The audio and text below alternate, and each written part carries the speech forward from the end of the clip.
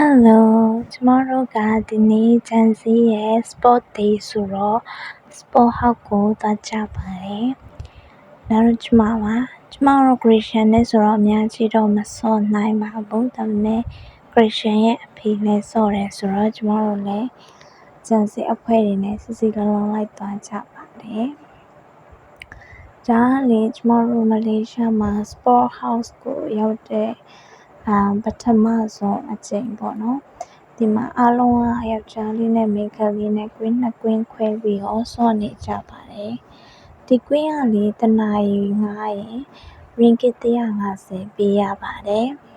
။ကျမတို့ကဒီမှာ2ကွင်းငှားကြတယ်ဆိုတော့ ringgit 300ပေါ့နော်။တစ်နာရီဆော့ကြမှာဖြစ်ပါတယ်။အားလုံးကအချိန်ရှိခိုက်လုံးလာစိုက်တက်ညီလက်ညီနဲ့ဆော့နေပါတယ်။ဒါကတော့ဒီဘက်မှာဘက်မင်တန်ရိုက်ဖို့အတွက်လူခွဲနေကြတာပေါ့နော်မိန်းကလေးအုပ်စုတွေ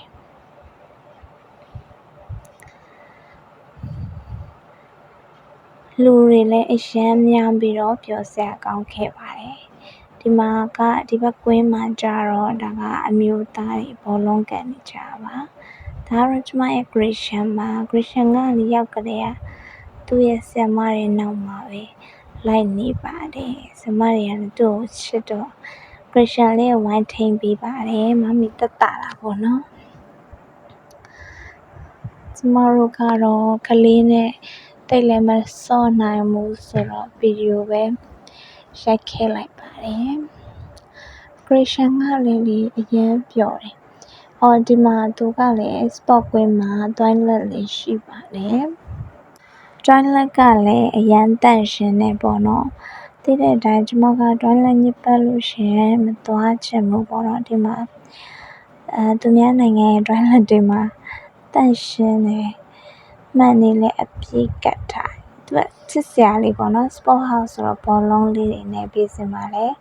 အလှဆင်ထားပါတယ်ဒီ toilet နဲ့ prayer room နဲ့ကျမမှားသည်ကျမစာသေချာမဖတ်ပဲဝင်တာပေါ့နော် toilet ရဲ့ဘေးဖက်နားလေးမှာဒါပေါ့နော်ဒီမှန်ချက်ရဲ့ဟိုဘက်နာ room ကဒါ prayer room ဖြစ်ပါတယ် toilet ကနေပြန်ထွက်မယ်ဆိုလို့ရှိရင်တော့ကျမတို့ခုနက sport house ကွင်းပေါ့နော်ကွင်းကိုပြန်ရောက်ပါတယ်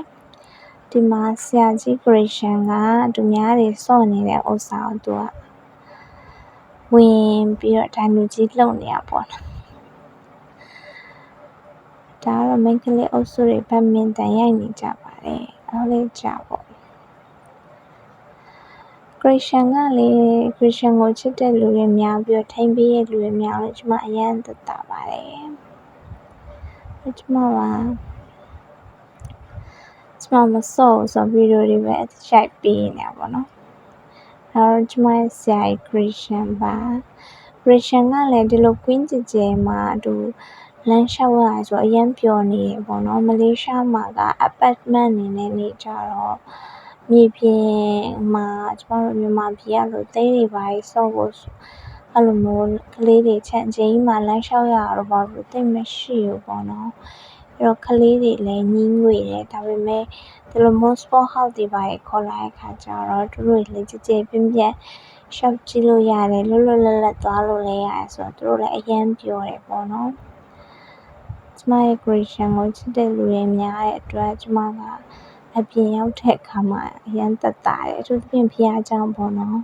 ဖျားเจ้าမှာတော့ Christian ချစ်တဲ့ဆရာမတွေအဝိုင်းထိန်းပေးရဆိုတော့ကျမအနေနဲ့အများကြီးသက်သာတယ်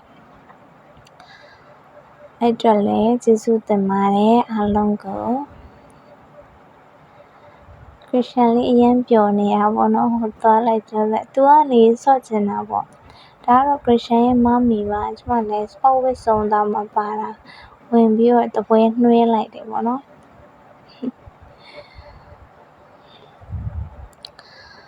တိတ်တော့မလွတ်လပ်ဘူးပေါ့နော်အားကစားဝတ်စုံနဲ့ဆိုရင်တော့ပိုပြီးကောင်းမှာပေါ့အချိန်မှာတော့ Christian ကိုဆရာမတယောက်ကပြောင်းချီပေးထားတာပေါ့နော်ကျမတို့ဆော့ရတာလည်းမောပြီဆိုတော့ဒီမှာအေးတောက်ရတဲ့ Christian ရဲ့အဖေကိုစောင့်နေပါတယ် အဲ့ဒီမှာလေသူကအအေးတို့ဘာတို့လည်းဝယ်လို့ရတယ်ဒါပေမဲ့သူကပုံမှန်ထက်တော့ပိုပြီးဈေးကြီးရပေါ့နော်သူ့နေရာနဲ့သူ့ဈေးအဲ့တော့ Christian အဖေပေါ့နော်သူလည်း sport dress မပါဘဲနဲ့ဝင်ပြီးတော့အမှနှွှဲနေဘောလုံးကန်နေတာပေါ့နော်မမီနဲ့ Christian ပါ Christian လေးကလည်းမြင်သမျှမှာအရမ်းပျော်နေတယ်ပေါ့နော်